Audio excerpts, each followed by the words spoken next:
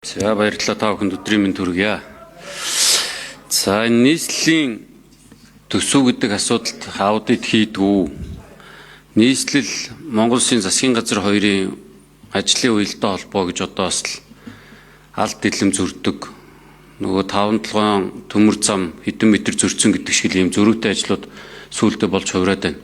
Ганцхан жишээ нийслэл метро баримлахын, хурдны зам баримлахын гэтэл одоо энэ эмээлтээс ахуулаа зам тээврийн яам чинь энэ төмөр замыг хотоосоо гаргаад урдуураа шийдчихэд байтал дахиад нийслэл чинь туул гол дээгүүрээ зам тавина гэдэг. Энэ төмөр замын багцаал одоо энэ төмөр зам дагсан замууд тэр чигээрээ сулраад гараад ирчихэл юм шиг санагдаад их юм. Бага нөөц болцоо зөв ашиглахгүй засгийн газрын шал өөр юм ярьдаг, нийслэл нь шал өөр юм ярьдаг. Үр дүнд нь 2.7 их найт төгрөгөөр нийслэл хурдны зам гэдэг юм туул гол дээгүүр шүү дээ бүр.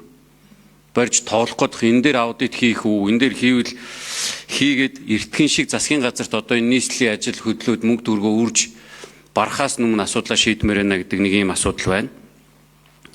За хоёрдугаарт нь зээлийн үг бууруулах бодлого стратегийн үр дүн гэсэн асуудал бас нэлээд хожуу яригадаад байна. Гэтэл одоо биднэрт юу хэрэгтэй байна? Хувийн хвшил бизнесийнхэнд бол зээл хэрэгтэй байна. Зээл маш өндөр үүтэй. Энийг бууруулах чиглэл та нар ажиллана гэж байгаа юм бол одоо өнөөдөр ажиллаж эхлээд 2026 он гарангуут үр дүнгээ танилцуулаад явахгүй бол 2026 оны 9 сараас 12 сарын хооронд хийхээр зээлийн үе бууруулах стратеги төлөвлөгөө бодлого гэдэг юм бол үндсэндээ дахиад нэг жилээр хүлээхээр юм шиг ойлгогдоод байна. За ер нь бол хариуцлагын асуудал ерөөсөө хангалтгүй байгаа. 2024 оны аудитын гүйцэтгэл орж ирж байхад бас л ярьж ирсэн 120 их найдын хөрөнгийг Монгол Улсын засгийн газар төсөв болон төсөвт төрийн өмчт аж ахуйн нэгжүүдээр дамжуулж эргэлдүүлээд 12-оос 15 их найд төгрөгийн алдаа дутагдал гарчаад байхад хинч ямар ч хариуцлага хүлээдгүй. Тэр аяараа хулгай, тэр аяараа авилга, гайл тэр аяараа авилга, татвар тэр аяараа авилга, хэдэн дарга нар баяждаг энэ цагаан байраар дүүрэн дарга нар баяжаад л хоцроод идэг. Хувийн хвшил чинь тэр чигээрээ ядуур дөртөөд татварынхаа дарамт сүгдэж унаад байхад энэ хариуцлагын асуудлыг та нар яагаад зөвхөж орж ирэхгүй байгаа юм бэ? Сая мөн сайхан гишүүнчээ нэгээс нь зах зухаас нь ярьж байгаагаар авчлаа. Хариуцлага ерөөсөө үр дүнд хүрэхгүй байна. Энэ чиглэлдээ түлхүү анхаарч ажилламаар байна гэдэг бас нэг та хэдийн саналыг авмаар байна. За дээрэс нь энэ жижиг дунд үйлдвэрийг хөгжүүлэх сангийн сэдвийг энэ асуудал дээр нэмж оруулах юм саналтай байгаа. Энэ дээр төсвийн байнгын орооны дарга хариулах уу, аудит хариулах уу? За 5 номерын микрофон Магнасрын дарга хариулъя.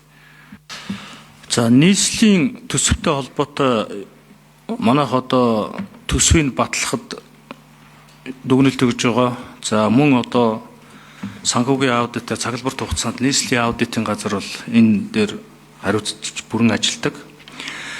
За таны хэлсэн энэ туулын хурдны замын асуудлыг бид нар энэ сэдвтэ оруулсан байгаа. Гэхдээ эхлээгүй ажиллаж гисэн бид урьдчилсан аудитыг хийж эхлэе гэдгээр энэ жил анхны одоо урьдчилсан аудитын сэдвт энэ туулын хурдны зам 679 сая доллар байсан баха.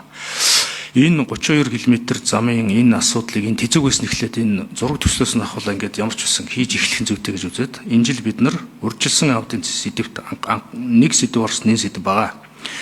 За хариуцлагын асуудал дээр бид онцгойлон анхаарч ажиллаж байгаа. Аудитын шийдвэрийн хэрэгжилтийн газар гэж манайх тусдаа зохион байгуулалтын бүтцийн нэгжтэй болсон. За энэ бол олон улсын аудитын дээд байгууллагаас өгсөн зөвлөмж зарчмын дагуу энэ бол ийм одоо зайлшгүй хийгдэх ёстой шийдэл байсан. За бид ингээд үндсэндээ 10 хэдэн оноос хойш бүх хариуцлагын шийдлүүдээ гаргаж үзээд өнөөдөр биднэрт нэг 3000 орчим одоо биелэгдэг үеийн шийдвэртэй үлдсэн. За энэ дотор одоо хамгийн том нь гэмтрийн чанартай ийм асуудлууд хууль хяналтын байгууллага шилжсэн асуудал хэрхэн шийдвэрлэгдэж үү? За дээр нь сахилгын арга хэмжээ буюу ажлаас халах ийм шийдвэрүүд хэрхэн хэрэгжүүлээд бүгдийг нэг хүчлэн гаргаад одоо бид нар энэ завсрын аудитаар тойроод бүх хэрэгжилтийг гаргаж ирж 12 сарын 15 гэхэд нэгтгэж танилцуулна. Хоёрдугаар төсвийн байнгын оронд би өчигдөр төсвийн байнгын оронд даргад танилцуулсан. Энэ үндэсний аудитын газрын хийж байгаа зохион байгуулалтын өөрчлөлт болон цаашид хийх ажил хараа тус байдал. Тэгээд энэ аудитын шийдвэрийн хэрэгжилтийг хангах чиглэлээр би танилцуулга бэлтгэсэн. Тэгээ ойрын хугацаанд би төсвийн байнгын оронд тусгайлан гишүүдэд танилцуулъя гэж ингэж төлөвлөж ярьсан. За яагаад гэвэл урд нь бас нэг төсвийн байнгын оронд ийм асуудал оруулж ирвэл гэсэн. За бид нар бас зарим эрүүгийн хууль болоо шүүхийн шийдвэр гүйцэтгэл зарим хууль дээр энэ аудитын шийдвэртэй холбоотой зарим өөрчлөлтүүд бэлэн болгосон байгаа. Та бүхэнд бол танилцуулна гэж ингэж тооцоолж одоо энэ хариуцлагын асуудлуудыг хууль номын хүрээнд заавал шийдэгддэг байхаар асуудал ингээд бэлтгэж одоо танилцуулахаар бэлдсэн байгаа гэдгийг хэлье. За жидүүтэй холбоотой асуудал дээр бид нар сэдв хийгээд энэ 11 сарын 15-нд гүйцэтгэлээр тайлан хийгээд энд ирүүлсэн байгаа. Жижиг дунд үйлдвэрийн югаар сангаар. Тэгэхээр төсвийн байнгын орооноос энэ тодорхой хугацаанд төлөвлөд энэ асуудал бол хилэлцэх тэр хүрээнд тодорхой яригдах юм асуудлууд байна. Сэдвэр хийгээд тайлангаа ирүүлсэн байна. Зээлийн хүүг бууруулах стратегитэй холбоотой асуудлыг энэ удаа бид нар энэ сэдв рүүгээ хөндөж оруулж ирээгүй байгаа. Ирүүлсэн саналынхаа хүрээнд бид нар судалгаа тооцоол хийж үзээд энэ бодлогоор 9 сэдвийг сонгосон байна.